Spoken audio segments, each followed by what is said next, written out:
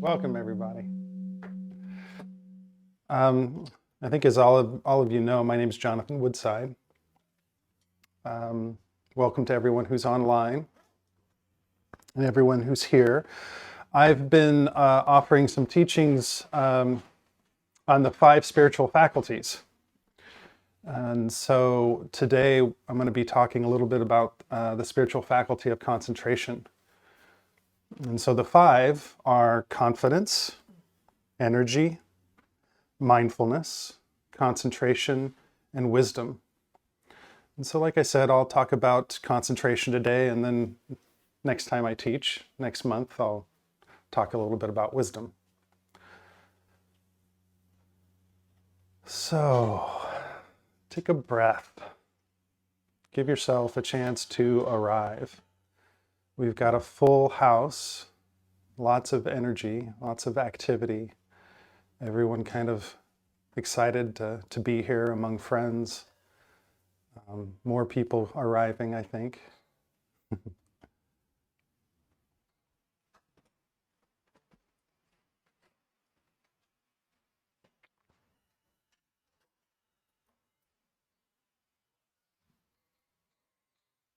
And so just feeling into the body, connecting with your breathing. You don't have to make yourself slow down. Just begin to notice how things are.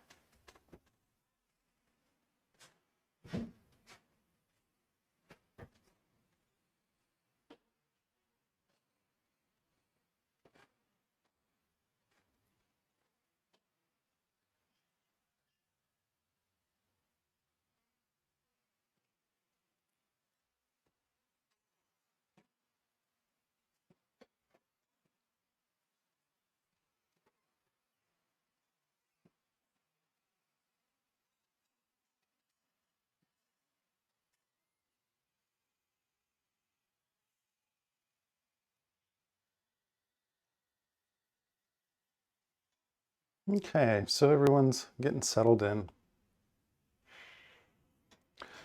So as I was preparing for the talk tonight, beginning to just consider this topic of concentration, of Samadhi in Pali. There's really 2 types of concentration that you'll find in meditation instruction and meditation practice. There's the type of concentration that we practice when we are practicing insight meditation, vipassana. And that's moment-to-moment concentration. And then there's the concentration that we practice when we are focusing on a single object, where we're trying to sustain that quality of concentration.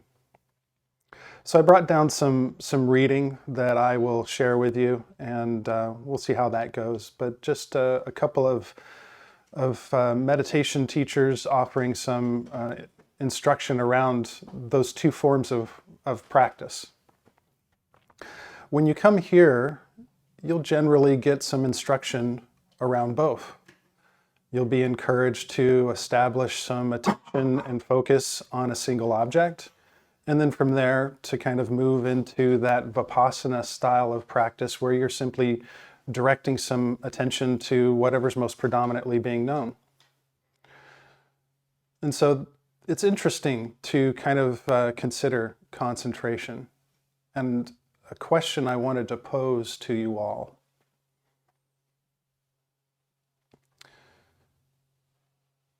And you'll have to be really honest with yourself as you consider this, but just kind of feel into it. Don't just kind of think it through, but draw upon your own experience and feel it.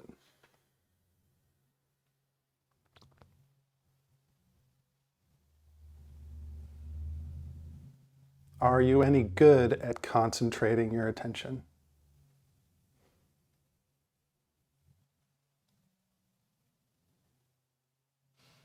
And so if you're just listening to the thoughts are probably immediately giving you an answer, right? Maybe. But then as you feel into it, is it really very challenging at all to concentrate on anything? I find it interesting that we can concentrate on a movie for 3 hours and be entertained, or that the mind can be caught up in the defilements, just endlessly proliferating worries, concerns, anxieties, stresses, and the mind can be totally connected to that stream and just generating a tremendous amount of suffering for ourselves. And yet we can be there, really present, really concentrated in those states. But yet then when we think about something like, oh, let me pay attention to the breath. Oh my gosh, oh, now it becomes a real struggle. It's like heavy weightlifting.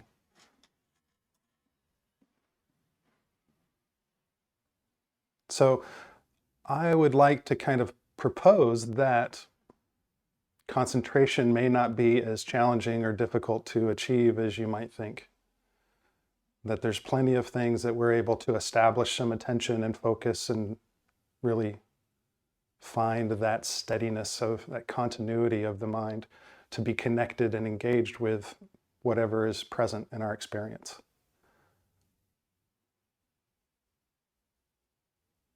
And when you feel into this, I think you can begin to really recognize that, yeah, there's some truth to this. That said, it is something that needs to be practiced.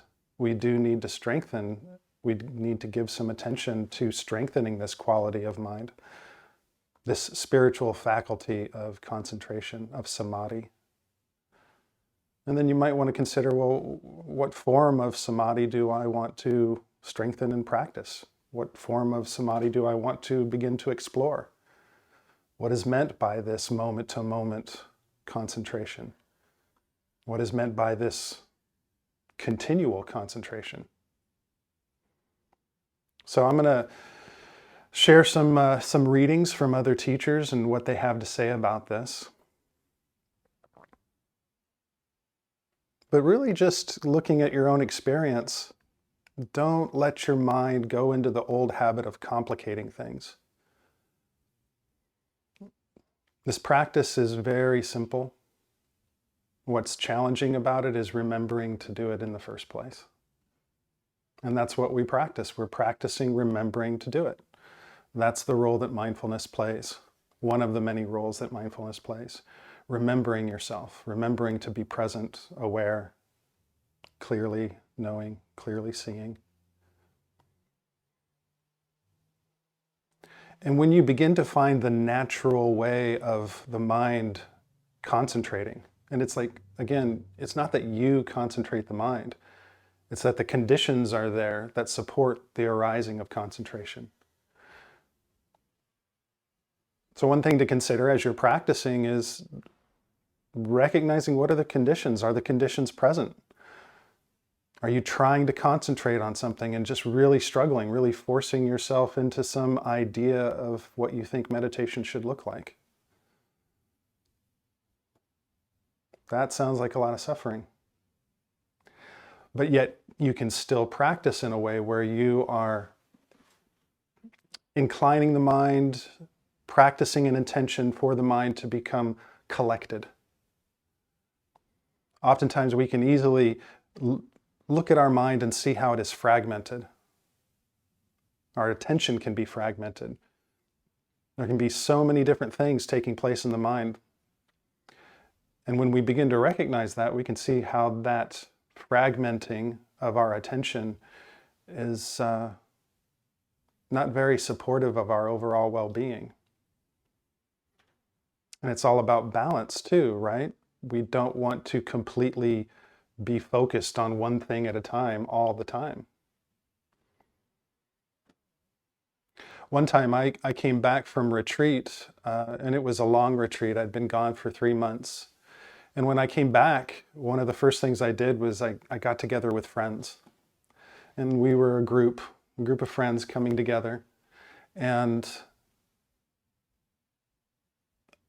I remember afterwards, kind of the feedback that I got about how I was with that group was I was too focused on each individual person that I was talking to the point where others felt excluded.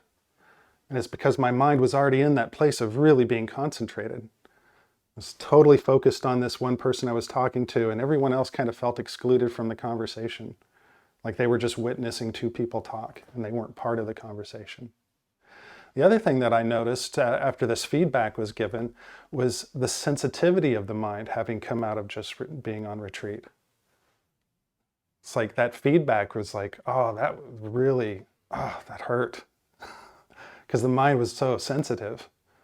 And I started like, replaying, oh my gosh, how was I? Was I, what could I have done differently? But one of the great benefits of this practice is I was able to see that delusion pretty quickly and to let it go, to set it down. It wasn't wise, it wasn't skillful to kind of sit there and try to replay the conversation. It was the past. So I could just bring some awareness to it and take the feedback and, okay, I need to kind of widen this lens. One way that concentration's kind of described is that it's like a magnifying glass where you catch the rays of the sun and it becomes pinpointed. So those rays of the sun can be described as, that's the quality of awareness, the quality of mindfulness. And this concentration catches those rays of awareness and makes them razor sharp. So it's very penetrative. So you can really get into the experience of something and gain that insight.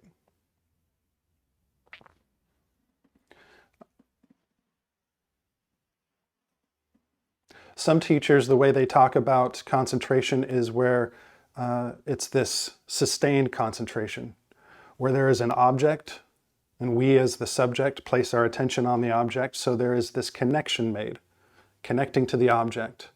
And then there's this rubbing. Sometimes it's described as rubbing. And we oftentimes will just describe it as sustaining the connection. And when I've talked about this before, I also talk a little bit about energy, which is that second spiritual faculty in this whole series of talks I've been giving. So we connect to the object, and then there's this intention to sustain that connection, establishing that concentration, but that concentration is supported by the energy. And we all know that, this is kind of challenging for us if we're not really well practiced, adept at this. We see the mind wanders away. And if you're really mindful, you can kind of see that what happens is that energy starts to wane, and then the mind drifts. So the way to find this continuity of sustained concentration is to just be very mindful. Notice the connection, notice the energy, and just before the energy, just like you've got fuel in your car, just before you get to empty, make effort. And that effort begets the energy. It arouses the energy, so you begin again. And then there's this kind of, you do that enough, you start to find this continuity. And amazing things begin to happen out of that. The connecting, the sustaining, the continuity of that, finding that momentum. It's like being on a bike. Initially, you pump those pedals, and then you can coast. You pump those pedals, and then you coast. Another way that I've heard it described. And then you might even come across these experiences where suddenly you're going downhill. It becomes very effortless. My teacher, Joseph, he talks about this as kind of like being on a curve, and you're at the top of the curve trying to maintain your balance, this sustained concentration. And when you start to find that momentum, it's like suddenly this kind of ramp turns into a trough. And now you're in the base of that trough, and it's just an easy, steady way of being. You don't have to make this great effort to maintain that connection, that sustaining. So this idea of being on that hill point, it's like balancing on a ball. You make your connection, you sustain that connection, and the mind will wander, it'll wobble off the ball. You'll feel this kind of wobbling of your attention. When you're really mindful with this quality of concentration, you'll see your mind kind of wobble. And then you might come off the ball, and the mind wanders off, and then eventually the awareness returns, the mindfulness returns, and you're like, oh, I lost connection with the object of my meditation. Let me begin again. And so you get back up on the ball. And maybe you're really starting to find that balance. And there's a little wobbling, and there's some falling off. It's all part of practice. So one of the things with this particular spiritual faculty is to really incorporate some compassion, some self-compassion. Don't give yourself a hard time. It's all part of practice. Even the mind wandering is part of practice, because there's insight to be gained in all of it. Because when the mind wanders, what you're seeing into the nature of impermanence, the impermanent, unreliable nature of concentration, attention.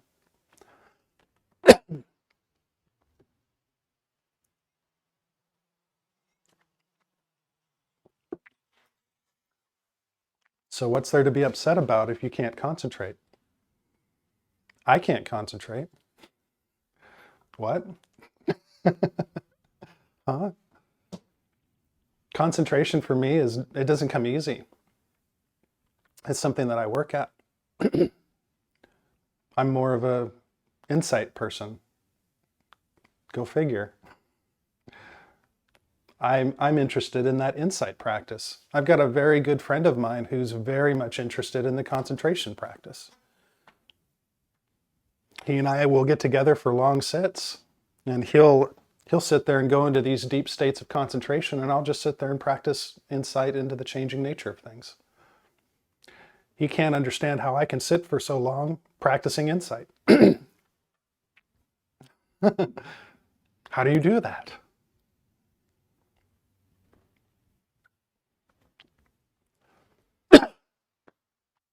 So there's a lot to explore about this.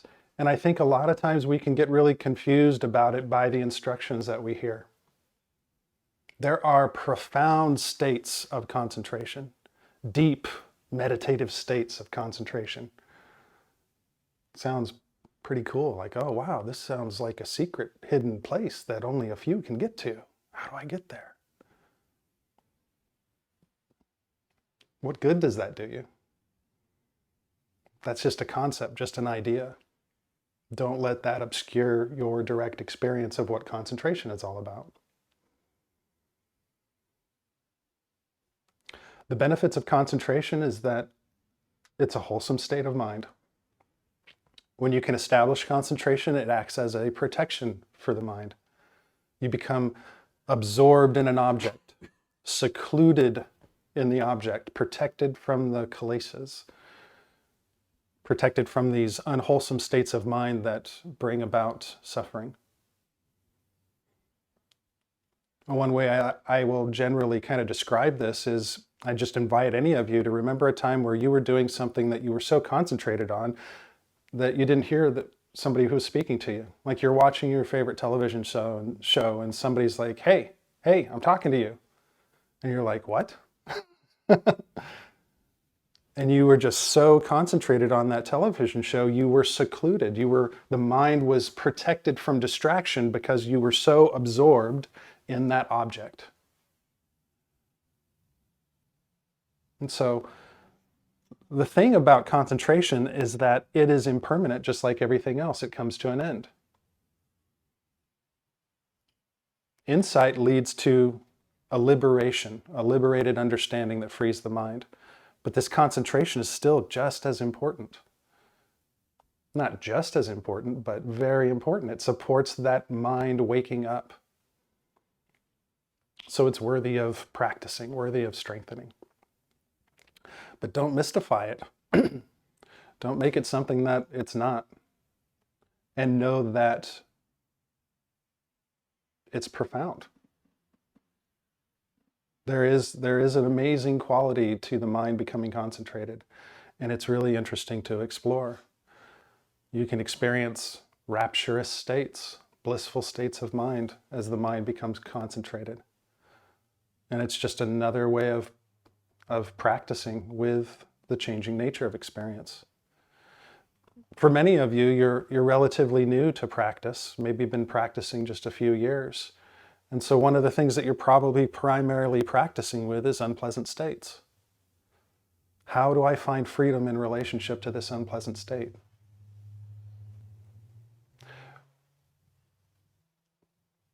The more you deepen your practice, you'll begin practicing in relationship to pleasant states. How do I find freedom in relationship to this pleasant, blissful state? Because it too comes to an end, and if I get attached to it, then there's suffering. Suffering inherent in it all. The unpleasant that I'm not in control of, the pleasant that I can't hold on to.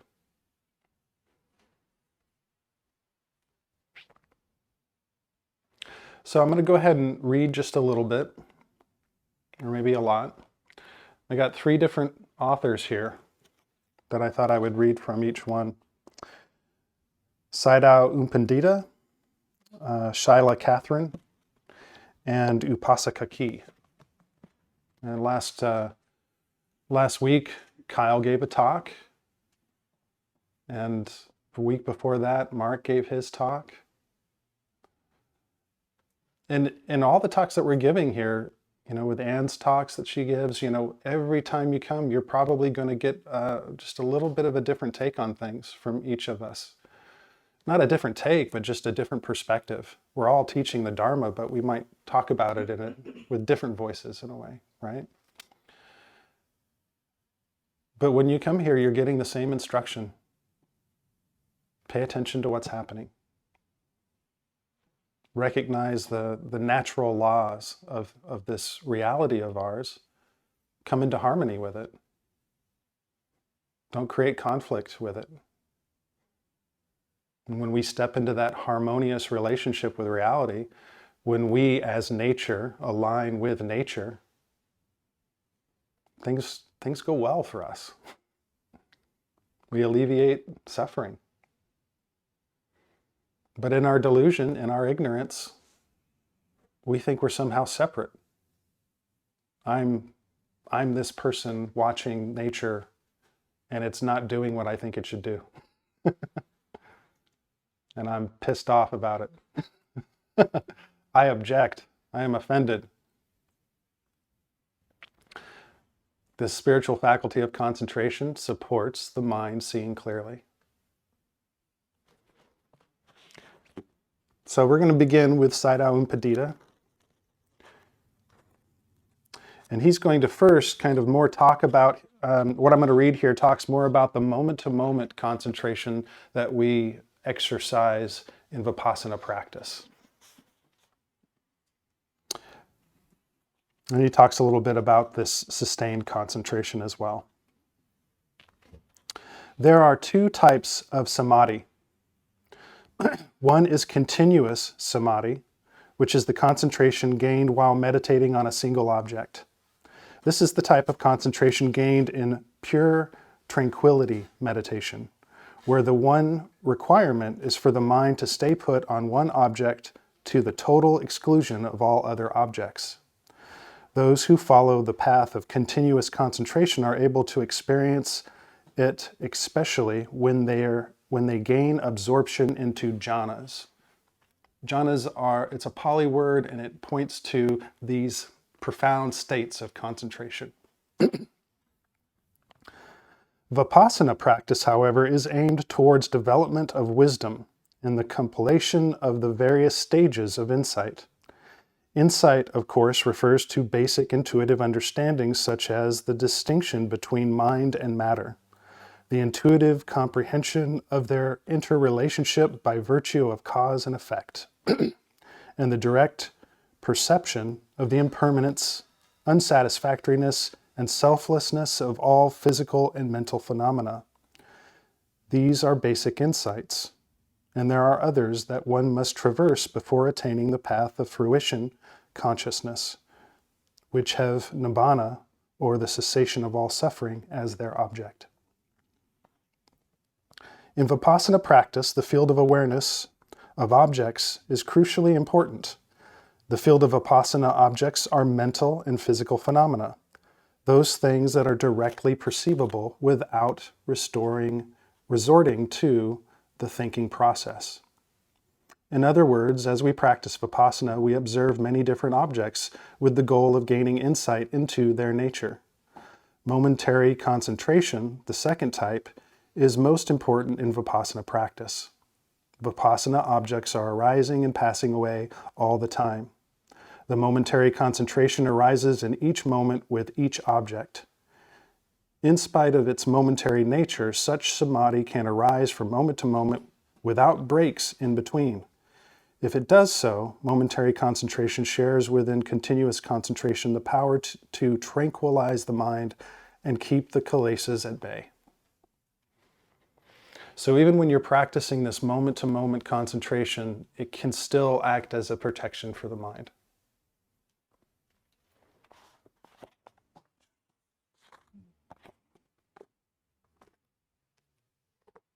So this one is from Shyla Catherine, and she particularly teaches this type of concentration that is sustained and leads to these jhana states. And I'm kind of emphasizing these authors because if you're interested in study, checking out the books that Sayadaw U Pandita wrote, and this book it's called Focused and Fearless by Shyla Catherine. If you're interested in exploring those, they would be good. So here she just gives some basic instruction on concentration practice.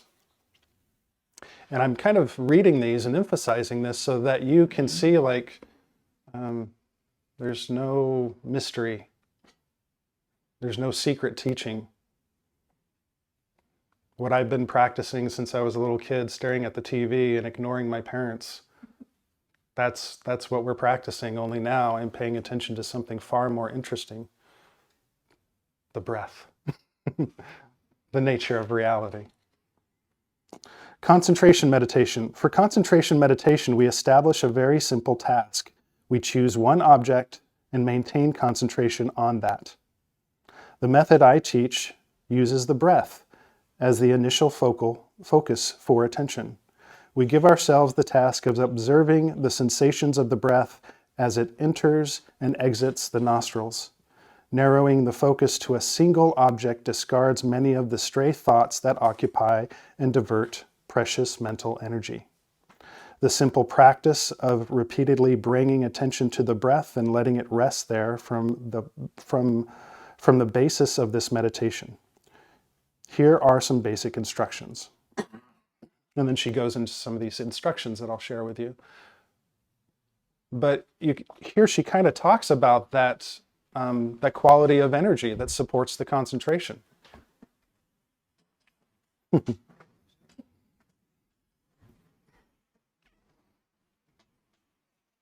She says here that when there's a lot of distractions, and here's where we can be distracted in this kind of concentrated practice, it diverts precious mental energy.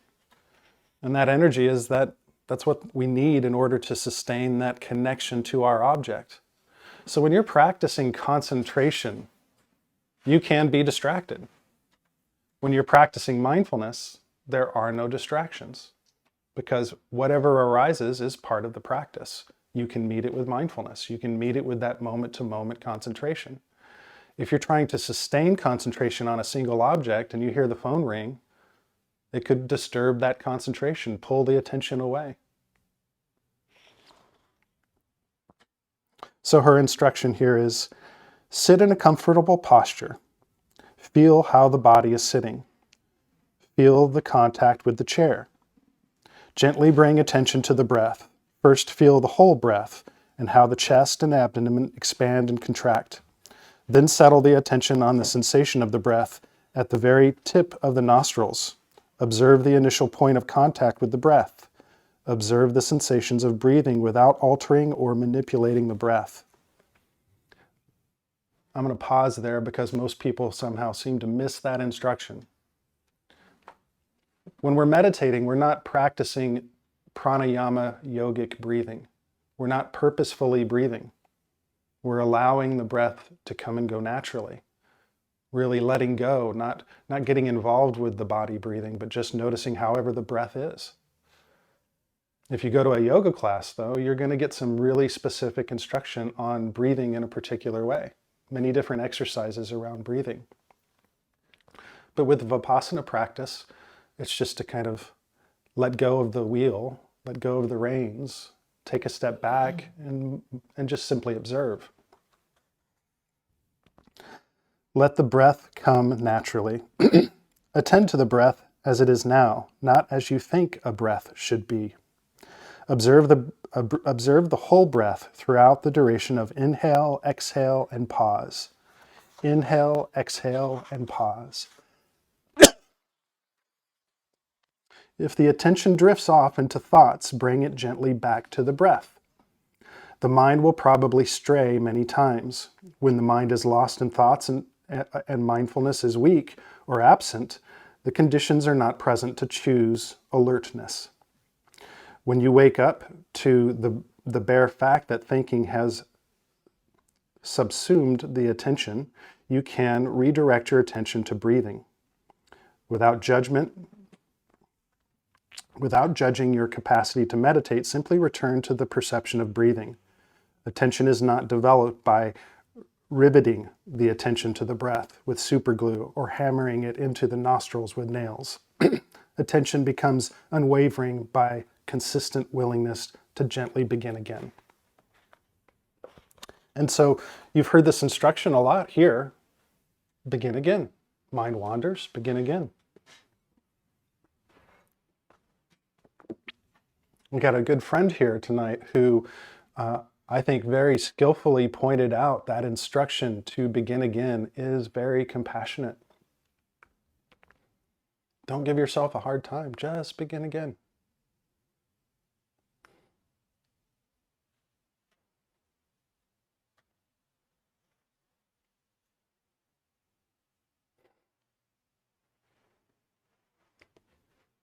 Just begin again. With this exercise, you are cultivating your capacity to let go of distractions and strengthening your ability to direct the attention. It diminishes habits of distraction and cultivates a peaceful and calm awareness. So again, I'm going to pause there. It cultivates a peaceful and calm awareness. So the next time that you are feeling a lack of peacefulness and calm, and you're interested in bringing about one of the conditions that will support a calm and peaceful mind, practice concentration. Find an object, direct the attention there, and see if you can sustain the attention with that object. Just observing the object. And one thing too to say about concentration, it's not always about going out and setting the mind to the object. You know, she mentions that. It's not about hammering the mind to an object. There really can be a sense of receiving the object. So even just think about this. We're going to just pause for a moment. I'm going to invite you to close your eyes if you're not already, and just mindfully listen. And see if you can notice the subtlest sound in the room.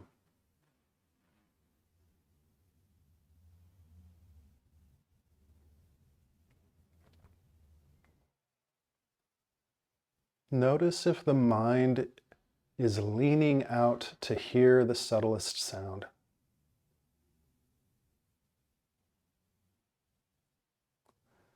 It's out there, this very subtle sound.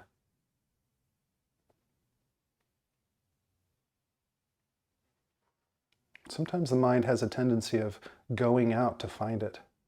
See if you can just settle back and receive. Let the sound come to you.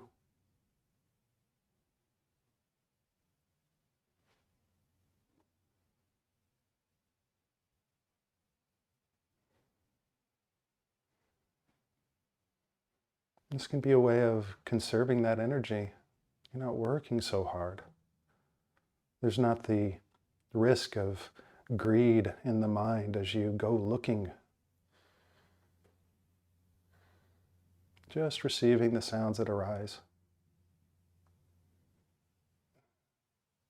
Now noticing the overall state of the mind.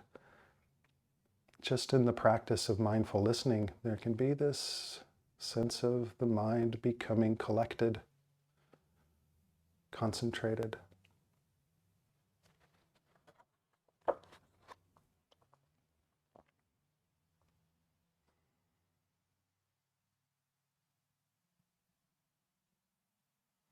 And then she ends her instructions by saying, please set some time aside each day to practice this.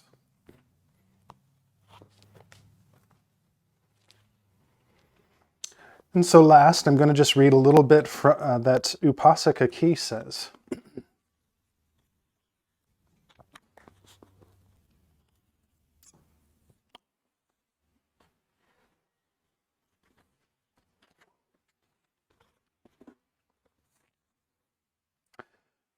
And she says, try keeping your awareness with the breath to see what the still mind is like.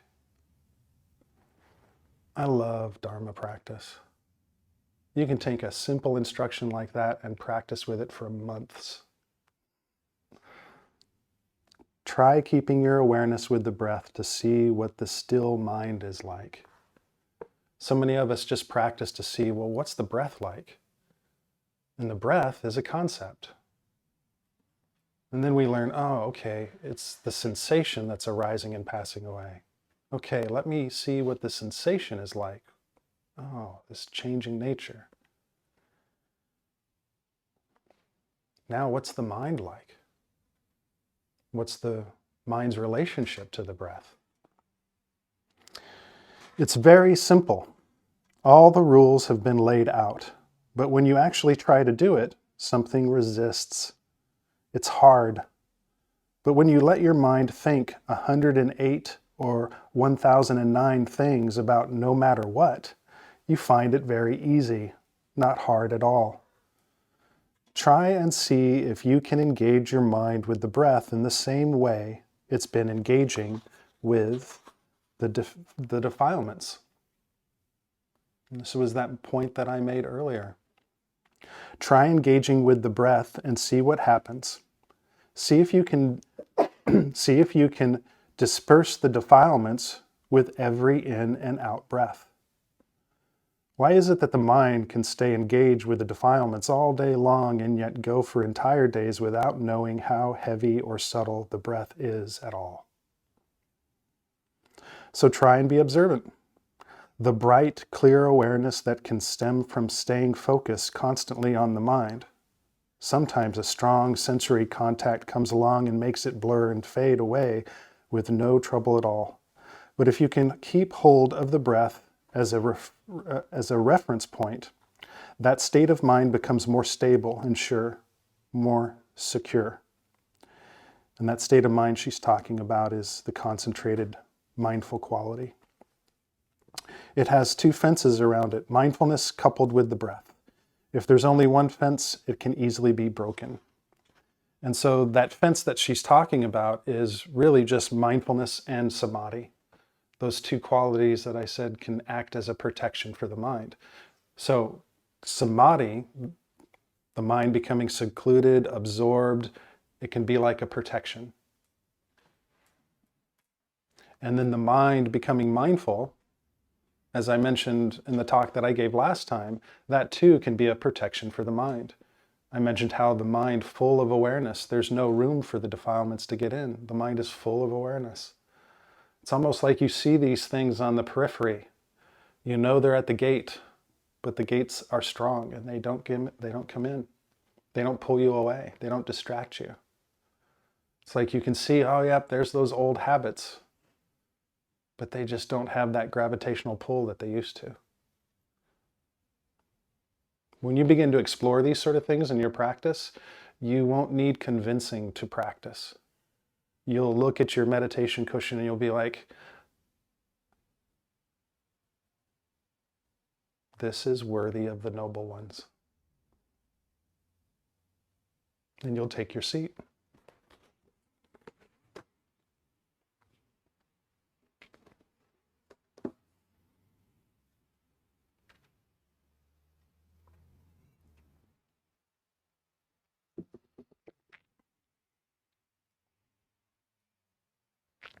It's important to be well versed in the Dharma. You want to understand the Buddha's instructions for practice so that you're not wasting your time, so that you're not running around in circles. But you don't want to be rigid about it either. You want to have a playfulness and a creativity and a curiosity in your practice that you can explore your mind and find the joy in doing so. There's so much happiness in this practice. I think a lot of you are beginning to discover that, or you probably wouldn't have stuck around as long as you have. There's a lot of heartache and sorrow in this practice because we're waking up to our conditioning. A lot of that conditioning has really led us in ways that were not skillful, did not support our well-being, led us into suffering. Waking up to that, seeing that, it's painful. It's practicing the First Noble Truth. You have to see that suffering. You have to see the First Noble Truth. You have to come to an understanding of it so that you can begin to abandon it, begin to uproot the cause of it. And the cause is greed, hatred, and delusion.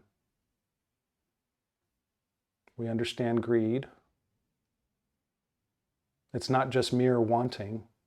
It's that, I gotta have it. The neediness, the craving in it. The delusion that you think, oh, it'll bring happiness if I had it. You have to uproot the aversion, the ill will. The confusion that I should be in control. This should be the way I want it to be. Everyone's wrong. I hate how it is. It's not supposed to be this way. And then the delusion itself is that we somehow think everything is oh, this is all reliable. I can count on this. And we don't see that it's all changing. So every time we sit, we're practicing these things. We're practicing this clear seeing. Concentration supports the mind's efforts to see clearly. So these spiritual faculties, these are so worthy of cultivating. Your confidence in this practice. Your confidence in the teachers, the confidence in yourself, the confidence in the Buddha. Understanding that energy is all about this, fine-tuning of balance. Not too much energy, not too little energy. Noticing when tiredness is, or this lethargy in the mind is masquerading as physical fatigue and not succumbing to it. That it's, this is just that hindrance of sloth and torpor. I'm not physically fatigued. This is something I can work with. Really strengthening your ability to be mindful throughout the day. It's not just about when you sit on the cushion. It's checking in with yourself throughout the day, strengthening this present, centered awareness that doesn't necessarily wish for things to be different, not practicing greed, not practicing hatred for how things are, just seeing clearly. And setting time aside to really practice concentration. One of the best things you can do these days for practicing concentration, read a book. Sit down with an old-fashioned book, and if you haven't done this in a long time, you'll see how easily the mind is distracted. These habits of checking our phones fragments our attention. It weakens our concentration. The programming on television it's like we're watching Sesame Street 24 hours a day. There's all of these edits and cuts. There's nothing sustained for any given amount of time because everything is vying for our attention. And they know that begin again works to keep your attention. They know that. And here we are as meditators trying to learn that. Begin again. So there's all these things dancing around, catching your attention. So think of it's like, okay, I can meditate to practice this focus. What else can I do to practice this focus? Can I go for a walk and be in nature and keep the attention with nature, as opposed to the mind wandering off thinking about past relationships, past conversations, future conversations? Can I practice being present? Can I keep the mind focused on one thing, like a book?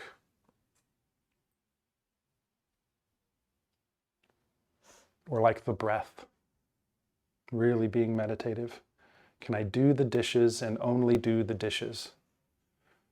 Or do I do the dishes and I need 5 other things happening at the same time in order to do the dishes? A podcast is probably okay. One thing. One thing in the dishes. I was talking with somebody before everyone started showing up, and we were talking about how as long as we think our sense of humor is funny, then it's okay. And so next time we meet and I'm giving the talk, I'll talk about the spiritual faculty of wisdom. But that's all I have for tonight. And this is the first Tuesday of the month, and it has become kind of a little celebration that we do here where we ask everyone to stick around and we all have tea and visit and just enjoy Sangha. We have a May retreat coming up in just a couple of weeks, May 12th through the 15th. And I know many of you here are signed up. And if you have not signed up, there's still plenty of room for this retreat. So we'd love to have you join us. Today's Tuesday, first Tuesday of the month. Tomorrow, Carlos will be here offering the Insight to Recovery class. And so if you think you might be interested in checking that out, we'd love to have you. And that's at 7 o'clock. All right.